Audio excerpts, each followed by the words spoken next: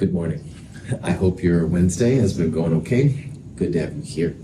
A couple announcements. First of all, number one, Monday is Memorial Day. So there's no school. So Mount is totally closed. There's no lecture. There's no lab. There's nothing. Stay home. Should be cool. So just realize there won't be anything going on Monday. But of course, normally for Monday's lab, we have a lab section, so that kind of messes everything up a little bit.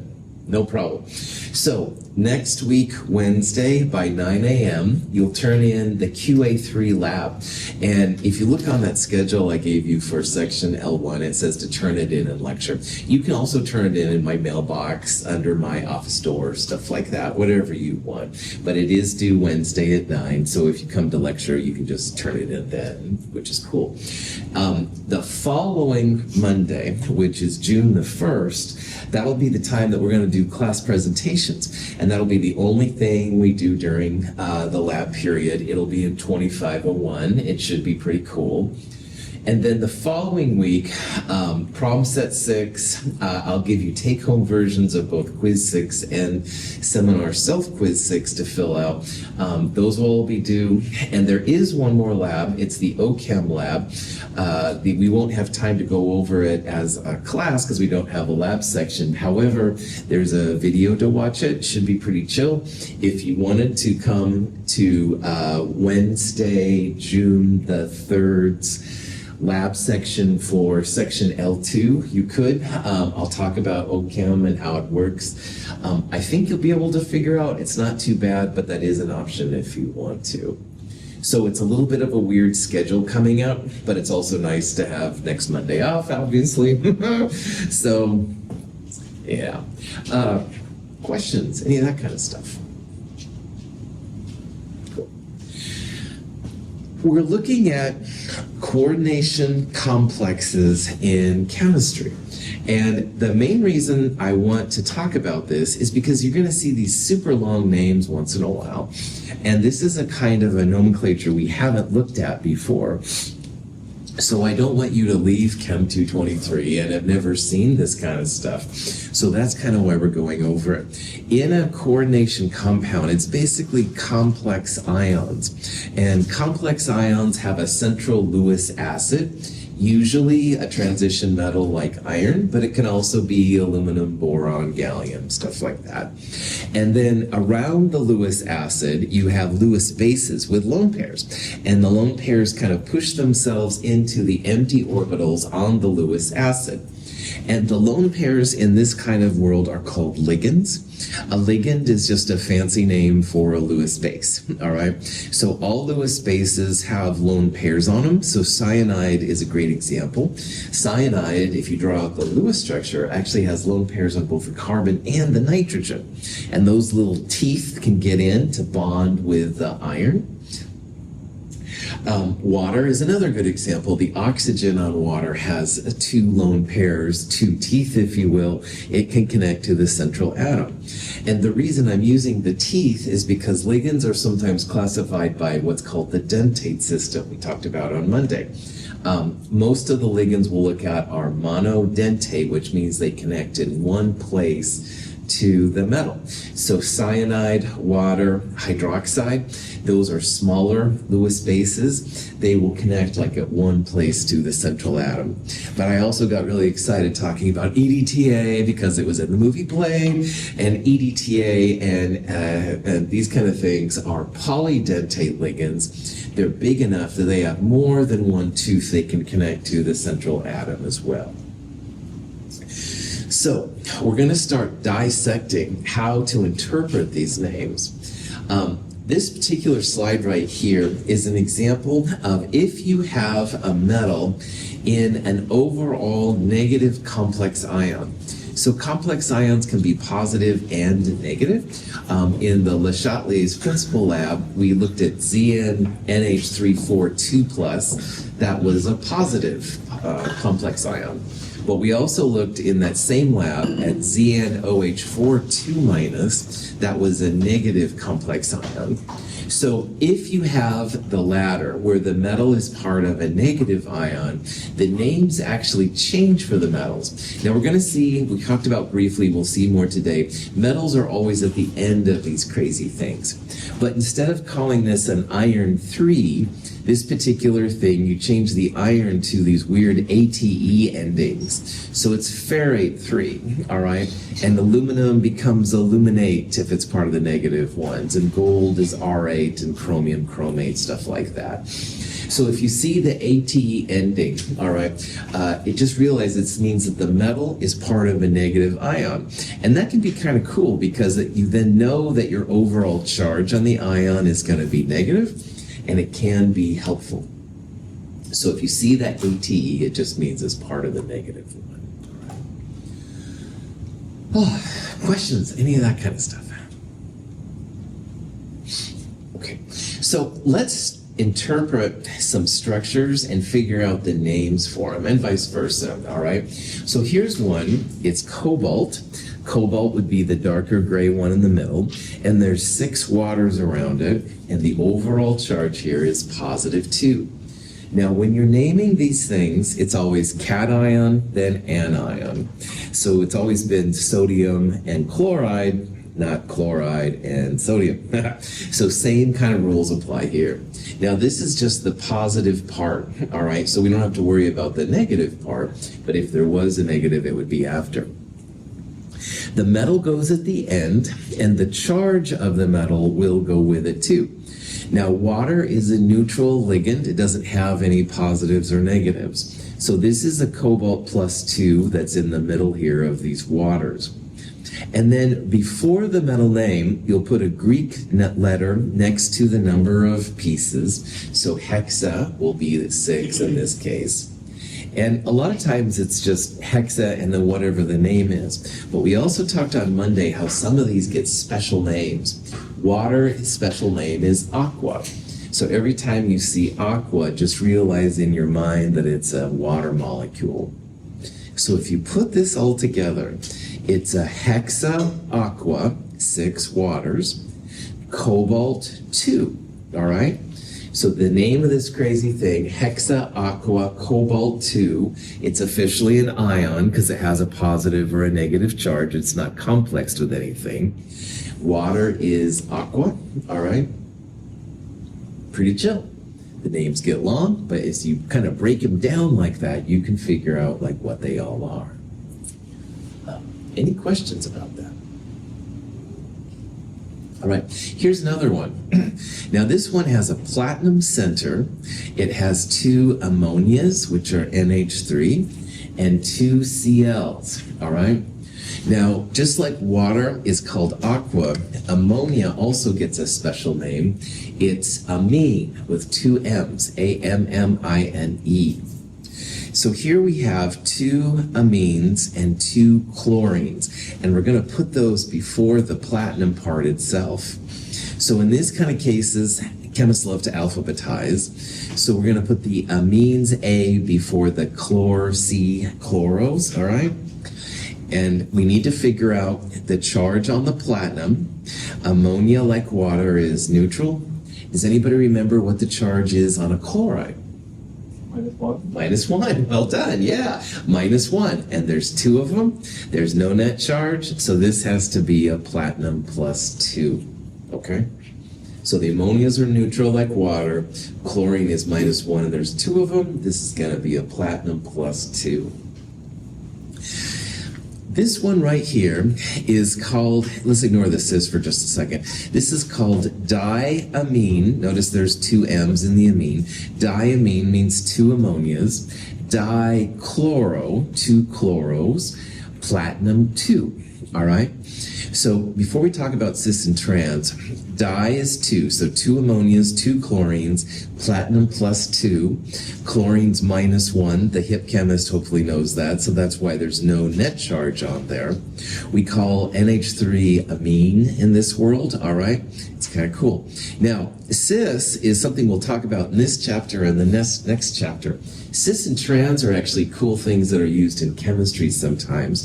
You might have heard about trans trans fats as being bad for you, all right? Trans fats means that they have something where the pieces are together instead of apart. So in this context, cis means the ammonias are like right next to each other, all right? They're going to be, in this case, it would be about 90 degrees, it looks like.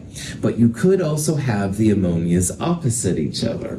That would be trans. Now, which one of these, cis or trans, remember this is a flat molecule, so these are all 90-degree angles. Which one of those would be more polar, the cis or the trans?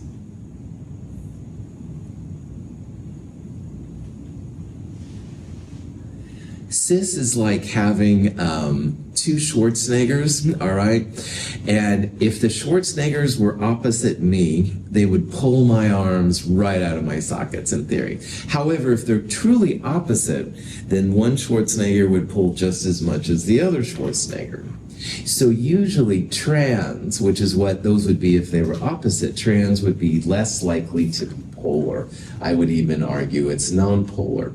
On the other hand, if my Schwarzeneggers are at 90 degrees and, I don't know, Jean-Claude Van Damme or somebody is pulling my arms in that way, there's going to be different poles, all right? So usually cis is more polar than trans. So as a chemist, that means that cis is usually a bit more reactive.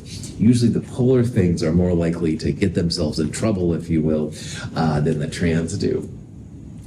I regret saying trouble because actually cisplatin, which is what this is a great anti-cancer drug. Transplatinum is worthless. It doesn't do anything. So trouble is a silly word. I shouldn't have used it. It's more reactive usually than the trans version will be. Okay? So cis means they're kind of same side and trans means they're opposite sides. And we'll see this later on here too. If you can get the diamine dichloroplatinum too, though, I'm totally happy. I'm not too worried about the cis and the trans at this point. Questions on that? Here's a copper compound. This copper compound has a really intense blue color, but you can see that there are 4 ammonias around it, and ammonia, as we talked about earlier, is amine. So the ammonias go first, the metal copper goes last. Ammonia is neutral like water, so this is copper 2. Tetra is the Greek prefix to use, so this is tetraamine, copper 2. Officially, it's an ion because it has a charge next to it. This one didn't have a charge, so that's why we didn't call this an ion. If it's neutral, just leave it alone. It's complex or whatever. But if it has a charge, positive or negative, then if you want, you could put the ion. Questions? Here's some more examples. Now these examples are getting a little crazier, but it's all the same idea. So the structure for this has a lot more atoms, so it's harder to see what's going on. But if you look carefully, the blue atoms have arrows, and that means that those are the Lewis bases, which are shoving their electrons in to the empty orbital on the Lewis acid, which here is a nickel. So this weird thing here, NH2, C2H4, NH2, there's the N, there's the CH2, CH2, and an NH2. This is a bidentate ligand. It has 2 places that it can connect to the central atom. So in this case, we have one of these guys, another one up here, and a third one down here. So there's 3 of these bidentate ligands. They form an octahedral complex around there. Anyway, this thing right here is called ethylene diamine. It's actually a fairly common bidentate ligand. So ethylene diamine is this beast right here. Now, there's 3 ethylene diamines, and ethylene diamine is a neutral compound. It doesn't have any kind of charge or anything associated. I want to put 3 there. I want to call it triethylene diamine. But Tess is learning this stuff, and she's listening for Greek prefixes. So she hears triethylene. Okay, no problem. Ethylene must be something you look up. Diamine, two amines. Oh no, says the chemist, because ethylene diamine is one big ligand. Okay? So, if your ligand has a Greek prefix already in it, i.e. the di in ethylene diamine, you don't want this, for example, here, you don't want to have it, people think about it as 3 ethylenes and 2 diamines. No. It's 3 parentheses ethylene diamine. So if you have a Greek prefix in your name, you want to use what I called yesterday on Monday, bis tris tetrachus. It's an alternative way of saying it. 3 in this alternate setting is called tris. So we're going to call this tris parentheses, ethylene diamine parentheses, nickel 2. And again, we're using this weird system because I don't want other chemists to be confused. This already has a Greek prefix in it. So if you see bis, tris, tetrachus, it's one of these weird pentachus once in a while, that just means that whatever ligand you've got, it's got a Greek prefix in it, all right? So if you hear bis, tris, tetrachus, it's got something in it that might set it off. But ethylene diamine itself is neutral, no net charge. Questions? Vasca's compound is a beast in terms of number of atoms. And you'll see why they call it Vasca's compound, because the name is just insane. But anyway, it has iridium. Woohoo! Avengers won. Loki was trying to get iridium for his product. Anyway, in this case, the purple atom right there, that is an iridium atom. And around the iridium atom, there's a chlorine. There's a carbon monoxide, which is called carbonyl in this stuff. And there's 2 of these crazy things. Now, this thing is called triphenylphosphine. The phosphorus atoms are the kind of slightly off purple from the other ones. A phenyl group is a name for a compound called benzene. We'll talk about this in the next section. Don't worry about that. Notice how I said triphenylphosphine. So this PPH3 thing has a Greek prefix in it. So we're going to use bis for this one because we have 2 of these things with a Greek prefix already in it. Is that cool? Okay. So in this problem, in this compound, we have chloro. This thing is going to be carbonyl. CO is carbonyl. And triphenylphosphine. So carbonyl, Ca, goes before chloro, CH, and they both go before bis triphenylphosphine. Triphenylphosphine is neutral, CO is neutral, but chlorine, once again, -1 charge. So this is an iridium 1 atom. So the whole thing, these names just get crazy, man. Anyway, carbonyl, chloro, carbonyl is CO, chloro is the CO. Bis alerts the chemist that whatever's coming next is going to have a Greek prefix in it. The tri is the Greek prefix in this, so that's why they're using bis. But bis means 2. All right, 2 of these triphenylphosphines, iridium 1. So that's why everybody calls it Vasca's compound, because it's a lot easier to say than carbonyl, chloro, bis, triphenylphosphine, iridium 1. Questions?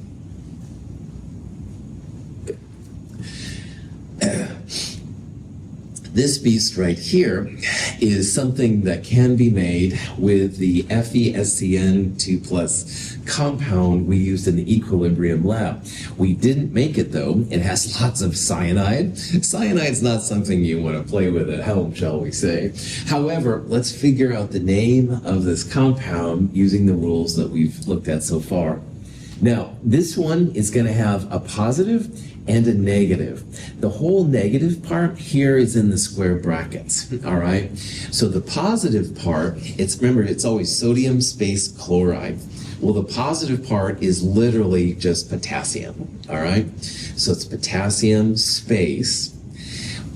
We have 6 cyanides, so that's hexacyano. Cyano is the Greek name for, the name you use for cyanide. And it's iron, but this iron is in the negative part. So instead of calling it just iron, we're going to call it a ferrate compound. So if you turn iron to ferrate, that tells the chemist that your iron's part of the negative whole thing. Now, positive 4 here, minus 6 from the 6 cyanides. The whole compound is neutral. This is going to be an iron plus 2. So if you pull all of this stuff together, it's potassium space, hexacyano, 6 cyanides, ferrate 2. And we're not calling it iron 2 because the iron here is part of this negative anion, all right?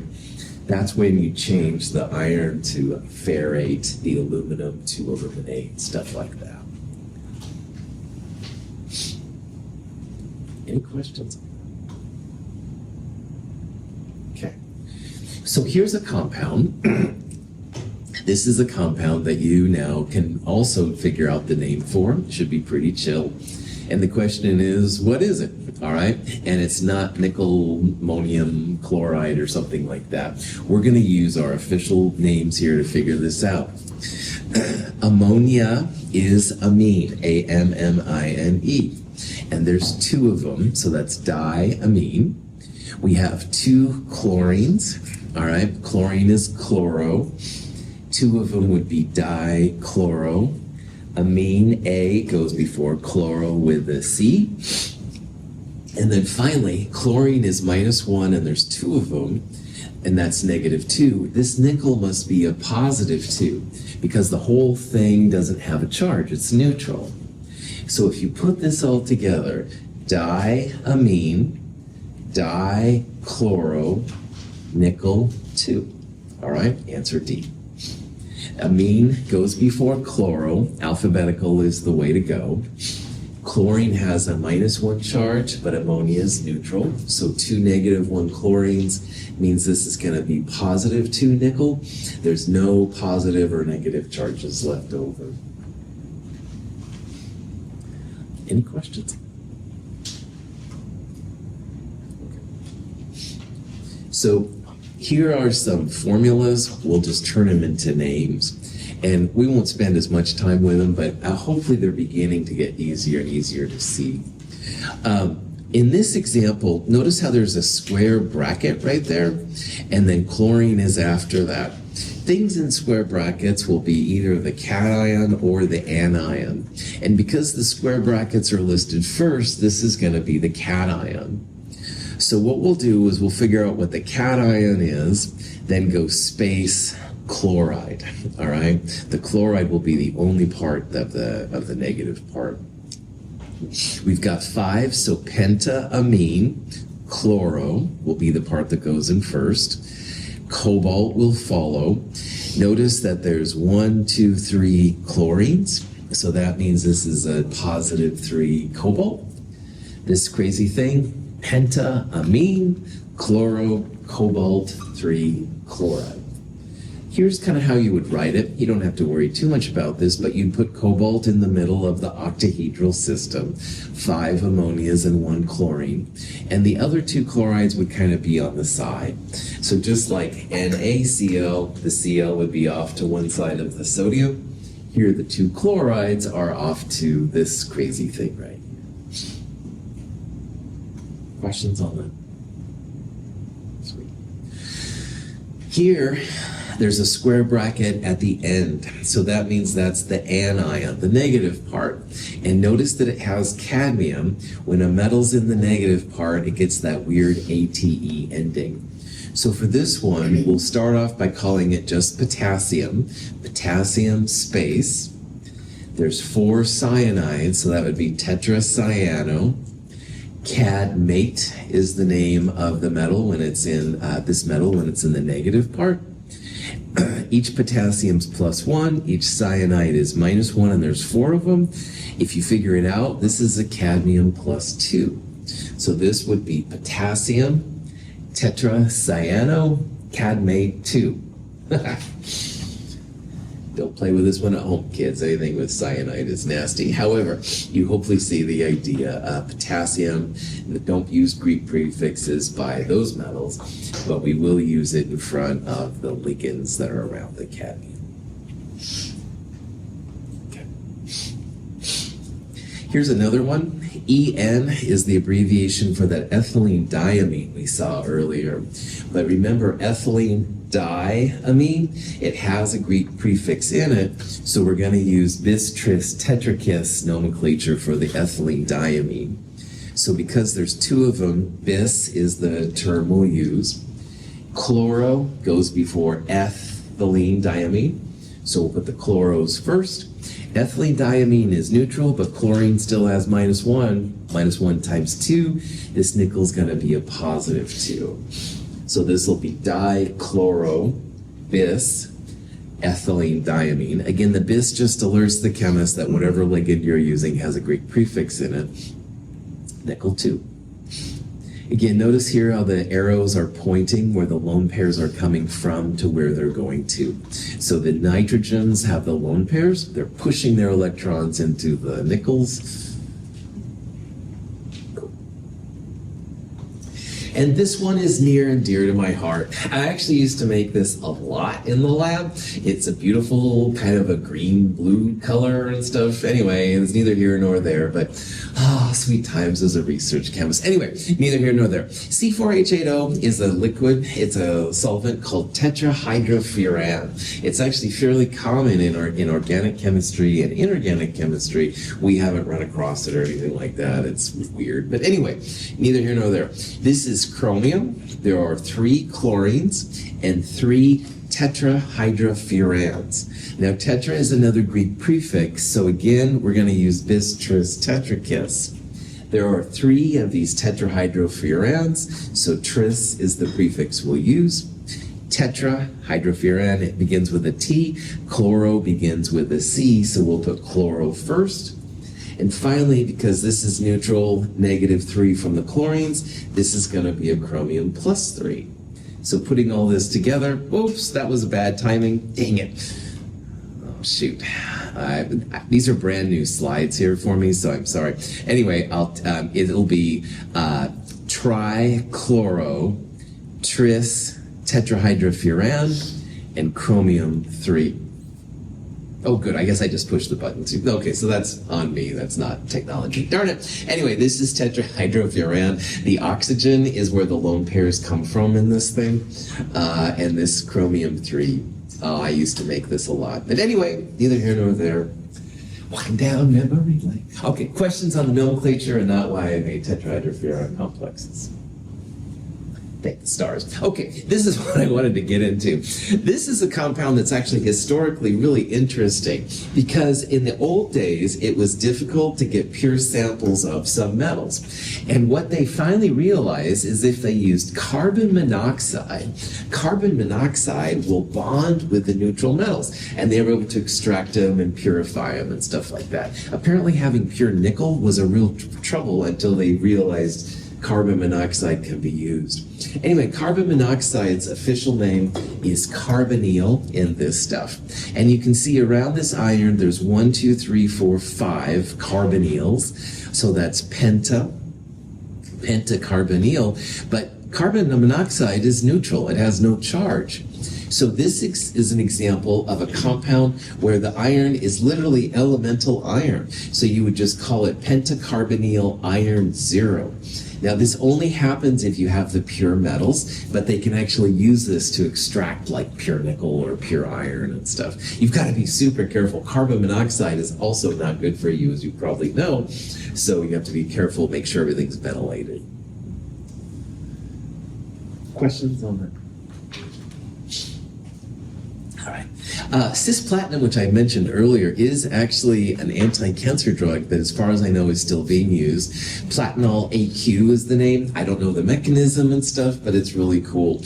And again, that cis, when the ammonias are right next to each other or the chlorines are right next to each other, a little bit more polar, a little bit more reactive. I called it getting in trouble. That's not a very good way to describe it. I apologize for that. However, polar usually means more reactive. The non-polar things electrons usually kind of just sit there, so. Now, one final thing in this chapter I'm just going to mention real fast is something called isomerism, isomers. And this is a huge part of modern chemistry that we haven't talked about like at all yet, and I kind of find that weird. In the old days, last year, anyway, we used to talk about isomers in Chem 222, but when everything was rearranged and stuff, now it's kind of put here at the end. Isomers are huge, and we're going to talk about some problems and benefits of them. But what it comes down to is an isomer is the same number of atoms, but a different configuration in space. And if you look at your hands as an example, all right, your hands have 5 fingers, both of them, thumb, pinky, all that jazz, ring finger, whatever. However, they're different, all right? Like if you try to superimpose the fingers on each other, the thumbs are on opposite sides or the pinkies, and you can do this, but then they're mirror images, like they're facing each other. So your hands are good examples of isomers, all right? Same atoms, same fingers in this case, but different orientation. And of course, you can do things sometimes with your right hand that you can't with your left hand and stuff like that. And oh boy, you can do some things with certain isomers that you can't do with the other one. So this is a huge area, and I'm just going to go over briefly some of the types of isomers that you might see in other classes. Here's the cis-trans. That's an example of an isomer because same number of atoms and types of atoms, but different orientation in space. And the biggest one of all that's just influenced modern chemistry more than anything else, in my opinion, is the stereoisomers. So let's just go through it and know this is more informational. If you take classes in the future, this will be huge. Now, the first kind of isomer we're going to look at is called a coordination sphere isomer, all right? And this is an amazing kind of thing. We talked about how in the square brackets, you'll have the cation or the anion. But in these compounds, you can see what's happening is the bromine and the chlorine are flipped. So in this case, the chlorine is connected to the cobalt, while this is an ionic negative positive interaction. In this one, the bromine is connected to the cobalt, and the chlorine is ionic. Well, if you add the right kind of reagent to these systems, it's the outside atoms that will usually react. So for example, if we put both of these in water, the bromide and chloride would dissociate, while the inner bromine and the inner chlorine then would stay connected to the cobalt. So you start adding silver nitrate to these, you're going to end up with different products. Now remember that silver reacts with chlorine, bromine, and iodine to make insoluble compounds. So in this case, if you add silver to each of these, you'll end up with AgBr in one case and AgCl in the other case. And as a chemist, this might be quite infuriating because these two have the same molar mass, all right? They have more or less the same polarity. But because of where the atoms are connected to the central atom, you're going to end up with different products. So this is just one example of coordination spheres where this could be quite troublesome to a chemist. This is called a linkage isomer. And to be honest, I didn't believe linkage isomers were real. I thought, oh, people just have contaminated samples and stuff like that. Well, I have now eaten my words because I saw some papers and I thought, yeah, okay, that's legit, turns out. So anyway, what a linkage isomer is, it's again a metal center connected to some kind of ligand. But in this case, here's NO2, all right? Now, I would have bet money, and I'm not a betting person either, I would have bet money that the metal would have been connected to the nitrogen, all right? And this one right here, which is called the nitro isomer, has kind of an off yellow kind of color. But what people found, and what I actually then finally believed is actually happening, is that sometimes with nitro, the oxygen connects to the cobalt, and it does have a slightly different color. It's orange. Now, at the time, I thought, oh, come on, they've just added some oxygen, some kind of oxidation product is happening, blah, blah, blah. Well, no, I was wrong. They were right, and it is actually a different kind of a linkage. Now, again, the problem is both of these same molar mass, more or less the same same polarity, slightly different color, but is that just contamination, right? No, it's not. And through X-ray studies and stuff like that, they've actually determined that this is a real thing. So linkage, again, same number of atoms, but because the nitrogen is connected to the metal instead of the oxygen, you will find different kinds of reactivity. So again, I'm not going to ask you about this by any means, but just realize this is one of the weird things that's out there, and boy, nobody really saw that coming. And I certainly thought it wasn't going to happen, but it did. My apologies for my strange sense of humor. Cis and trans, all right, are names that are used to apply to certain kinds of bonds around atoms. Now, this was way before things were cis and trans in a society level, shall we say. This has nothing to do with that at all. Cis and trans is a behavior that can be seen around molecules, and it has to do with how molecules or atoms are arranged, usually around a central atom. Cis and trans, as well as mer and fac, are examples that can happen in inorganic chemistry. Now, these I've never had a problem with because cis and trans have different reactivity. Mer and fac will have different colors, for example. So this was not a big deal, but what is important is you're going to see different melting points, different boiling points, different things it'll react with. So they're quite different. Same molar mass, again, same grams per mole, same number of atoms, but quite different reactivity. So cis and trans in inorganic chemistry, we saw this was platinum, all right? This would be, platinum would be the chlorines on the same side versus chlorines on the opposite side. Now remember, polarity is all about how atoms on the outside pull electrons. And if they're opposite, the pulls kind of cancel out. But if you've got 90 degrees or even 109 degrees, then they don't cancel out. So that's why cis is usually more reactive than trans in general, all right? This is an example of a square planar cis and trans. You can also have octahedral cis and trans. These are both cobalt examples. Focus on the chlorines. Here the chlorines are at 90 degrees from each other. Here the chlorines are 180 degrees from each other. So again, this one would be less polar, probably non-polar. This one, though, would certainly be polar. And you can see how here this is, I don't know, maybe a gray or a green color. This is more of a dark purplish kind of color. So you see some quite different things. But again, the molar mass makes them look like they're all the same. So cis and trans can be really important when it comes to chemistry.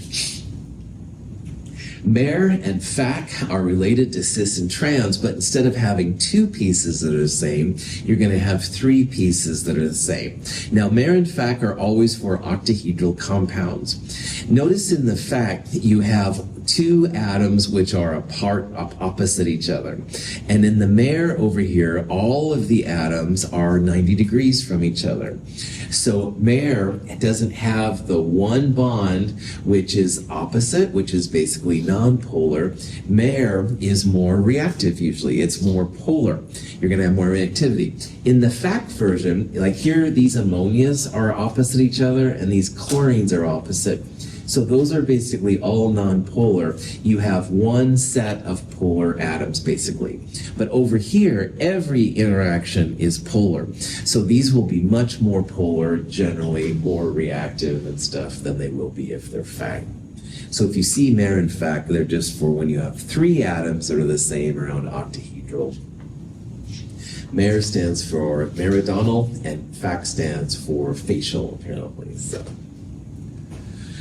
But the biggest one is these optical isomers, stereoisomers. And this has revolutionized chemistry since the 1950s.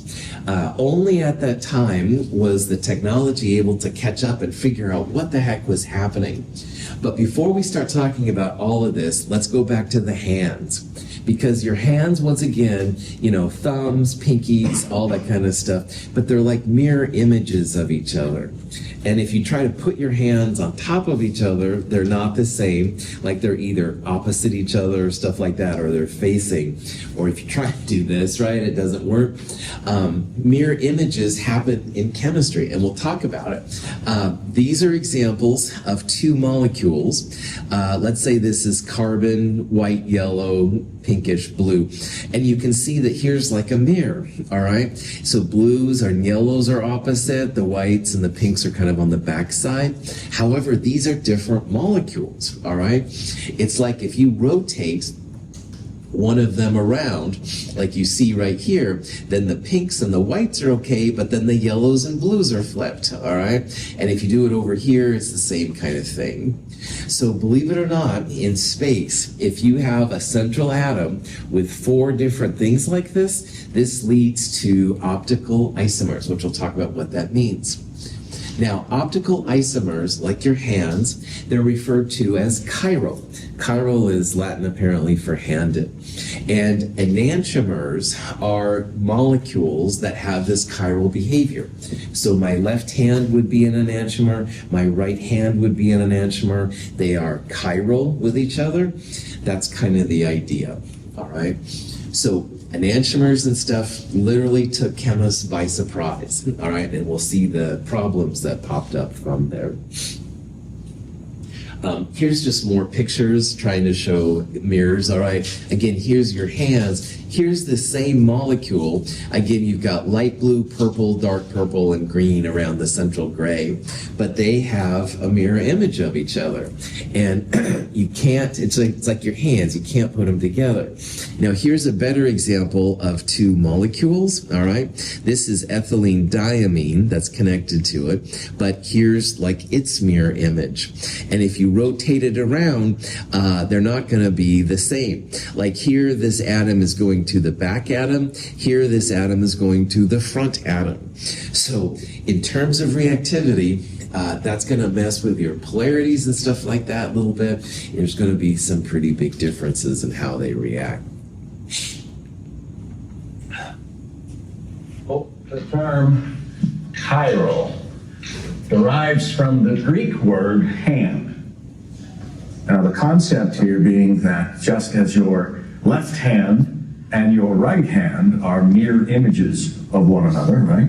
Identical and yet opposite.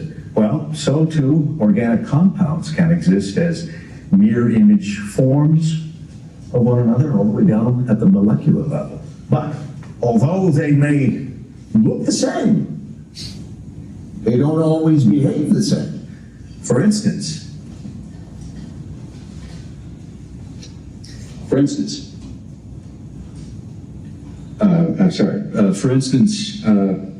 thalidomide. The right-handed isomer of the drug thalidomide is a perfectly fine, good medicine to give to a pregnant woman to prevent morning sickness, but make the mistake of giving that same pregnant woman the left-handed isomer of the drug thalidomide, and her child will be born with horrible birth defects, which is precisely what happened in the 1950s. So, chiral, chirality, mirrored images, right? Active, inactive, good, bad. So, yes, Ben? Is this going to be on the murder? This is from Breaking Bad, if you don't know and stuff, so... Is this going to be on the midterm? The chirality of the midterm, no. Well, maybe, yeah. Yes, but prepared for it to be on the midterm. Can't hurt to know it, right? So, knowledge is power. Okay, my apologies for this, but honestly, he did a really good job introducing this, and I love this quote. In the real movie, he was making drugs and stuff. We don't have to go there. However, thalidomide is the classic example of why this stuff is so crazy. So thalidomide has enantiomers, which means you have a right hand and a left hand. The one enantiomer, all right, the left hand, he called it, was used in the 1950s in Europe to prevent morning sickness in pregnant women. And it does a really great job. But scientists didn't know at the time that there was a right-hand version. And that one caused the children to be born with horrible birth defects and stuff like that. There was massive litigation in England and other European countries. Finally, apparently they settled and it was a huge outpouring.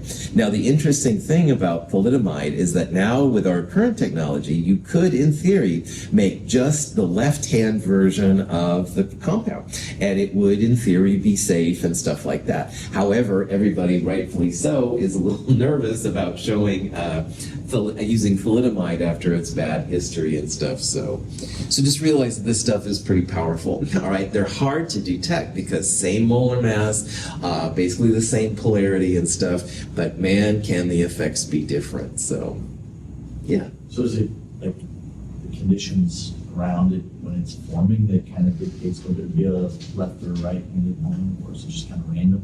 Yeah. I would say both, all right? Most chemicals, when you make them, you get a mixture of left and right, all right? So you get just as much left or just as much right. However, in the right conditions, which is where this modern chemistry is coming from, yeah, you can make the conditions just right. So you make just the right or you make just the left. It's really cool stuff. These optical isomers are truly amazing things, in my opinion. They have similar solubilities. They dissolve in the same solvent, same boiling point, same molar masses and stuff like that. However, the one way that we chemists can find out about this is if you send plain polarized light through these chemicals. And if you have a pure compound, it will actually rotate the light. That's why they're called optical isomers. So let's say that Ryan wants to mess with these things, which is cool. A light bulb sent through a polarizing filter creates basically a plane of light, all right? Light normally comes out 360 degrees all the way around. But when you send it through a polarizer, then you have just like basically a two-dimension version of light. And if you take that light and you put it through an enantiomer, all right, if you have equal amounts of right and left, it goes straight on through. However, if you have just the right version, the light actually rotates to the right. Or if you have just the left version, it goes to the left. So if you know that you have then these kind of things, you can actually predict. So for example, here's an example I found online. The one enantiomer makes you go to the right 32 degrees, and the left would make it go to the left 32 degrees. So this is the one way that they can use to detect these things, and then from there you can figure it out. Now, if you see anything about D and L, that refers to the right and the left, some kind of Latin terms and stuff like that. A racemic mixture means you have just as much of the right as the left. So if you think you could have an enantiomer and you send the light through and there's no right or left, you probably have a mixture of right and left-handed versions. And again, for thalidomide, that would be bad. The one version is really good, but the other version is really bad. So separating these things out is the thing to do. Now, to make them, going back to Ryan's question, it's pretty sophisticated stuff. You can sometimes make chiral reagents to react them with. So here's an example of another example I found online. This has the D version of it, and it's reacting with a racemic mixture, a mixture of right and left of a second compound. And it's amazing because this chiral reagent tends to make then a solid version of the D enantiomer and an aqueous version of the L enantiomer. So like we've been seeing in the QA labs, if you have a solid and a liquid, you can decant or you can filter, stuff like that. Same thing here. You can literally filter off. The solid will stay on one version and the aqueous one will go through the other. So it's very sophisticated techniques in order to separate them, but it is possible. Some reagents come naturally, separately as D or L, so apparently it's not a big deal and stuff in order to find them. it's kind of fun. Samuel L. Jackson versus Samuel D. Jackson. Okay, sorry, my references are pretty silly. But anyway, very important stuff. Yeah, thalidomide is huge. That was a big mess in England. And again, now we have the technology to make the good version of thalidomide, but of course, everybody's nervous about it. I don't blame them. Ritalin is another example, more contemporary version of this. It also has like a right and a left enantiomer. And one of the versions, as I understand, is a lot more effective at treating ADHD. The other one kind of just sits there and doesn't do anything, which is probably good to know. So there's lots of examples of this, especially with the more complicated molecules that we're dealing with today. Just something to think about. Anyway, this has all been relatively new.